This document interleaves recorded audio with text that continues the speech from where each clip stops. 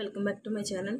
ఈ వీడియోలో 29th February 2024లో shift 2లో జరిగిన HGD పేపర్ మ్యాథ్స్ బిట్స్ అనేవి ఎక్స్ప్లెయిన్ చేయడం జరుగుతుంది. First bit 91. ఒక గ్రంథాలయంలో ఒక కప్ బోర్డు నందు 63 పుస్తకాలు చొప్పున 48 కప్ బోర్డులు కలవు. గ్రంథాలయంలోని మొత్తం పుస్తకాల సంఖ్య అన్నారు. సో ఒక కప్ బోర్డులో పట్టే పుస్తకాలు 63 అయితే 48 కప్ బోర్డులో పట్టే పుస్తకాల సంఖ్య ఎంత అని అడుగుతుంది. మొత్తం సంఖ్య, గ్రంథాలయంలోని మొత్తం పుస్తకాల సంఖ్య. సో అక్కడ ఉన్నవి 48 కప్ బోర్డులు ఉన్నాయి.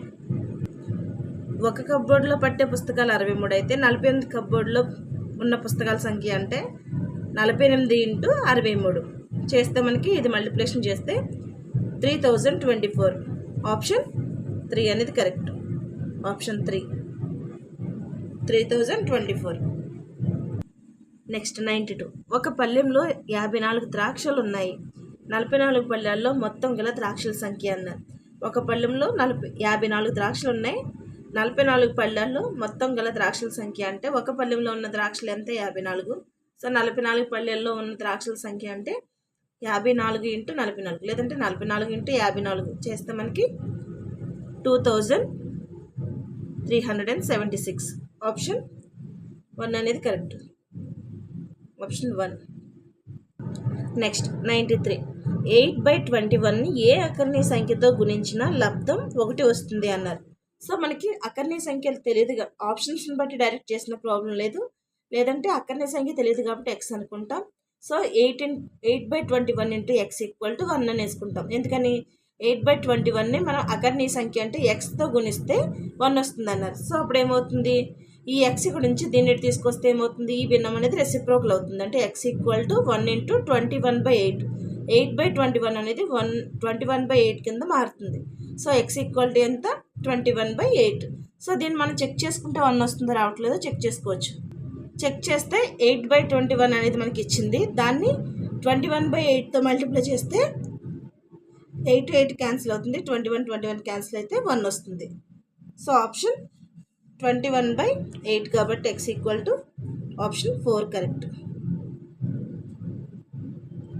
నెక్స్ట్ 94. 99,856 యొక్క వర్గమూలంలో 1ల స్థానంలో ఉండగలిగే అంకెలు అన్నారు. అంటే దీని యొక్క వర్గమూలంలో 1వ స్థానంలో ఉండగలిగే అంకెలు అంటే మనకి ఏమొస్తాయి, ఇక్కడ 1s ప్లేస్లో 4 × 4 చేసినప్పుడు 16 వస్తుంది. అంటే 1s ప్లేస్లో 6 వస్తుంది. 6 × 6 చేసినప్పుడు 36 వస్తుంది. అంటే 1s ప్లేస్లో 6 వస్తుంది. సో మనకి ఆ సంఖ్యలు ఏంటంటే 4 6. ఆప్షన్ 2 అనేది కరెక్ట్. నెక్స్ట్ 95. పరీక్షిత్ ప్లాస్టిసెస్తో 5 సెంటీమీటర్లు 2 సెంటీమీటర్లు మరియు 5 సెంటీమీటర్ల కొలత గల ఒక దీర్ఘగణాన్ని తయారు చేశాడు. ఒక గణం చేయడానికి అతనికి కావలసిన దీర్ఘగణాల సంఖ్య ఎంత అని అడిగారు. సో మనకి దీర్ఘగణ పరిమాణం ఎంత వచ్చింది కడితే ఫస్ట్ దీర్ఘగణ పరిమాణం ఎంత వచ్చింది, 50 cm³ వచ్చింది. ఒక గణం చేయడానికి కావలసిన దీర్ఘగణాల సంఖ్య ఎంత అన్నారు. సో మనకి దీర్ఘగణాలు తీసుకుండి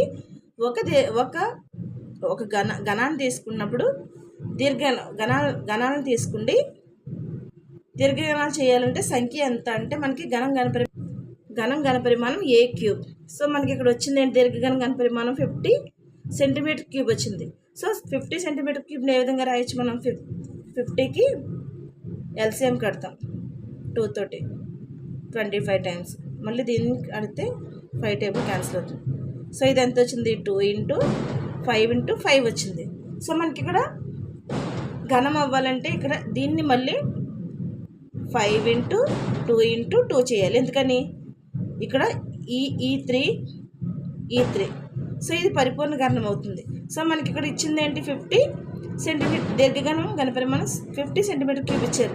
సో మనకి ఇక్కడ a³ రావాలి, పర్ఫెక్ట్గా అవ్వాలి అంటే దీనికి ఇంకెంత యాడ్ చేయాలి, 5 × 2 × 2. అప్పుడు ఏమవుతుంది, ఈ 2 + ఇది 1 అంటే 5³ అవుతుంది × 2³ అవుతుంది. సో ఇది కావాలంటే మనకి కావాల్సిన సంఖ్య ఏంటంటే 5 × 2 × 2 అంటే ఎంత, 5 2 = 10 10 2 = 20. సో దీర్ఘగణాల సంఖ్య ఎంత అంటే 20. ఒక గణం చేయడానికి కావాల్సిన దీర్ఘగణాల సంఖ్య 20. ఆప్షన్ 3 అనేది కరెక్ట్. నెక్స్ట్ 96. తండ్రి యొక్క ప్రస్తుత వయసు 42 సంవత్సరాలు మరియు అతని కుమారుని వయసు 14 సంవత్సరాలు అయితే తండ్రి మరియు కుమారుని వయసులో నిష్పత్తి అన్నారు. తండ్రి వయసు ఎంత? 42 సంవత్సరాలు. కుమారుని వయసు 14. సో 14 అనేది 42లో ఎన్ని టైమ్స్? ఇక్కడ 1 టైం క్యాన్సిల్ అవుతుంది, ఇక్కడ 3 టైమ్స్ క్యాన్సిల్ అవుతుంది, అంటే 3:1. ఆప్షన్ 2 అనేది కరెక్ట్. 3:1 ఆప్షన్ 2. నెక్స్ట్ 97. 8/20ని శాతంగా మార్చిన అన్నారు. సో 8/20 ఇంటూ శాతం అంటే 100% కాబట్టి 8/20 ఇంటూ 100%. సో ఈ 0 క్యాన్సిల్ అవుతుంది. 2 అనేది 10లో 5 టైమ్స్ క్యాన్సిల్ అవుతుంది. 5 8 ఎంత? 40%. Option 3 correct. నెక్స్ట్ 98. ఒక వ్యక్తి వేతనంలో 10% పెరిగిన తరువాత కొత్త వేతనం 1,54,000 అయితే అతను అసలు వేతనం ఎంత? ఫస్ట్ మనకి 10% పెరిగిన తర్వాత వేతనం ఎంత? 1,50,000. అంటే 10% అంటే 100%కి 10% యాడ్ చేస్తే 110%కి 1,54,000 అయితే 100%కి ఎంత? సో మనకి తక్కువే వస్తుంది కదా. 100%కి 10% పెంచినప్పుడు ఎక్కువ వచ్చింది, 100%కి అన్నప్పుడు దీనికన్నా తక్కువ ఉంటుంది కాబట్టి తక్కువ బై ఎక్కువ ఇంటూ మిగిలింది వేసుకుంటాం. So 100/110 into 1,54,000. ఇక్కడ ఈ 0 క్యాన్సిల్ అవుతుంది. 11 అనేది ఇందులో ఎన్ని టైమ్స్ క్యాన్సిల్ అవుతుందంటే 11 1 11 పోతే 44 ఉంటుంది. 4 11 44 అంటే 14,000 టైమ్స్ క్యాన్సిల్ అవుతుంది. ఆ 14,000 ఇంటూ 10 ఎంత? 1,40,000. Option 4 correct. 1,40,000. నెక్స్ట్ 99. మనోహర్ 4,500 మొత్తంపై 2 సంవత్సరాలకు 750 వడ్డీని చెల్లిస్తే దాని వడ్డీ రేటు ఎంత అన్నారు. సో మనకి ఇక్కడ అసలు ఇచ్చారు 4,500, టీ ఇచ్చారు, కాలం ఇచ్చారు 2 సంవత్సరాలు, వడ్డీ కూడా ఇచ్చారు, I = ఇచ్చారు 750 రూపాయలు. సో వడ్డీ రేట్ కట్టమన్నారు. వడ్డీ రేట్ కావాలి కాబట్టి I = PT/100 ఫార్ములా వేసుకుంటే మనకి R కావాలి కాబట్టి R ఇక్కడ నుంచి ఈ PT/100ని ఇటు తీసుకొస్తే ఏమవుతుంది? 100I/PT అవుతుంది. సో వాల్యూస్ని సబ్స్టిట్యూట్ చేస్తాం. మనకి వడ్డీ రేట్ ఎంత వచ్చింది? 8.1/3%. 8.1/3 అంటే ఆప్షన్ 3 కరెక్ట్. Next 100 bit. 4 2/5 - 2 1/5ను సూక్ష్మీకరించగా అన్నారు. సో 4 2/5ని మార్చుకుంటే ఏ విధంగా వస్తుంది?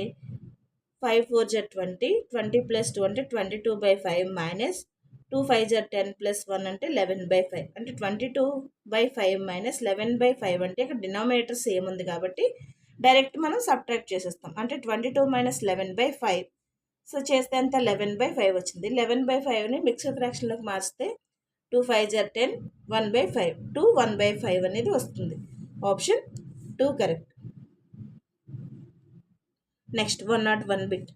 ఒక బ్యాట్స్మెన్ 8 ఇన్నింగ్స్లలో చేసిన మొత్తం పరుగుల సంఖ్య 556 అయినా ఒక ఇన్నింగ్స్లో అతను చేసిన సగటు పరుగులు ఎంత అన్నారు. సో 8 ఇన్నింగ్స్లో చేసిన పరుగులు 556 అయితే ఒక ఇన్నింగ్స్లో చేసిన పరుగులు ఎంత అంటే 1/8 ఇంటూ 556 చేస్తే మనకి ఒక ఇన్నింగ్స్లో చేసిన సగటు వస్తుంది. ఎంత? 69.5. అంటే 8తో 556ని డివిజిబుల్ చేస్తాం మనం. చేస్తే మనకి 69.5 వచ్చింది. Option 3 correct. నెక్స్ట్ 102. 4 సెంటీమీటర్ల భుజం పొడవు గల చతురస్ర చుట్టుకొలత. మనకి భుజం ఇచ్చారు, A = 4 సెంటీమీటర్లు ఇచ్చారు. చతురస్రం చుట్టుకొలత P = 4A కాబట్టి 4 × 4 అంటే 16 centimetre square. Option 4 correct. Next 90 డిగ్రీలు 103 బిట్. 90 డిగ్రీలు 45 డిగ్రీలు 40 డిగ్రీలు కోణాలు కొలతలు గల త్రిభుజం. ఏ త్రిభుజం అవుతుంది? మనకి లంబకోణ త్రిభుజం అవుతుంది. ఎందుకంటే 90 డిగ్రీలు ఇచ్చారు కాబట్టి లంబకోణ త్రిభుజం. Option 1 correct. Next pencil 3D అంటే త్రిమితీయ ఆకారం. పెన్సిల్ యొక్క 3D ఆకారం ఏ విధంగా ఉంటుంది? స్తూపం ఆకారంలో ఉంటుంది. సో మనకి ఇది ఇలా ఉంటుంది కాబట్టి పెన్సిల్ 3D ఆకారం అనేది సో ఇలా ఉంటుంది కాబట్టి 3D ఆకారం అంటే మనకి స్తూపం. ఇది షార్ప్ చేసినప్పుడు ఉండేది. షార్ప్ చేయనప్పుడు ఏ విధంగా ఉంటుంది? ఈ విధంగా ఉంటుంది. సో స్తూపం ఆకారంలో ఉంటుంది. Option 4 correct. నెక్స్ట్ 105. లంబకోణ త్రిభుజంలో రెండవ కోణం 60 డిగ్రీలు అయినా మూడవ కోణం ఎంత? మనకి లంబకోణ త్రిభుజం అంటేనే ఒక కోణం ఎంత ఉంటుంది? 90 డిగ్రీలు ఉంటుంది. లంబకోణ త్రిభుజంలో రెండవ కోణం 60 డిగ్రీలు అయితే మూడవ కోణం ఈక్వల్ టు మనకి మూడు కోణాలు మొత్తం 180 కాబట్టి 180 మైనస్ లంబకోణ త్రిభుజం కాబట్టి 90 ప్లస్ ఒక రెండవ కోణం ఇచ్చారు 60.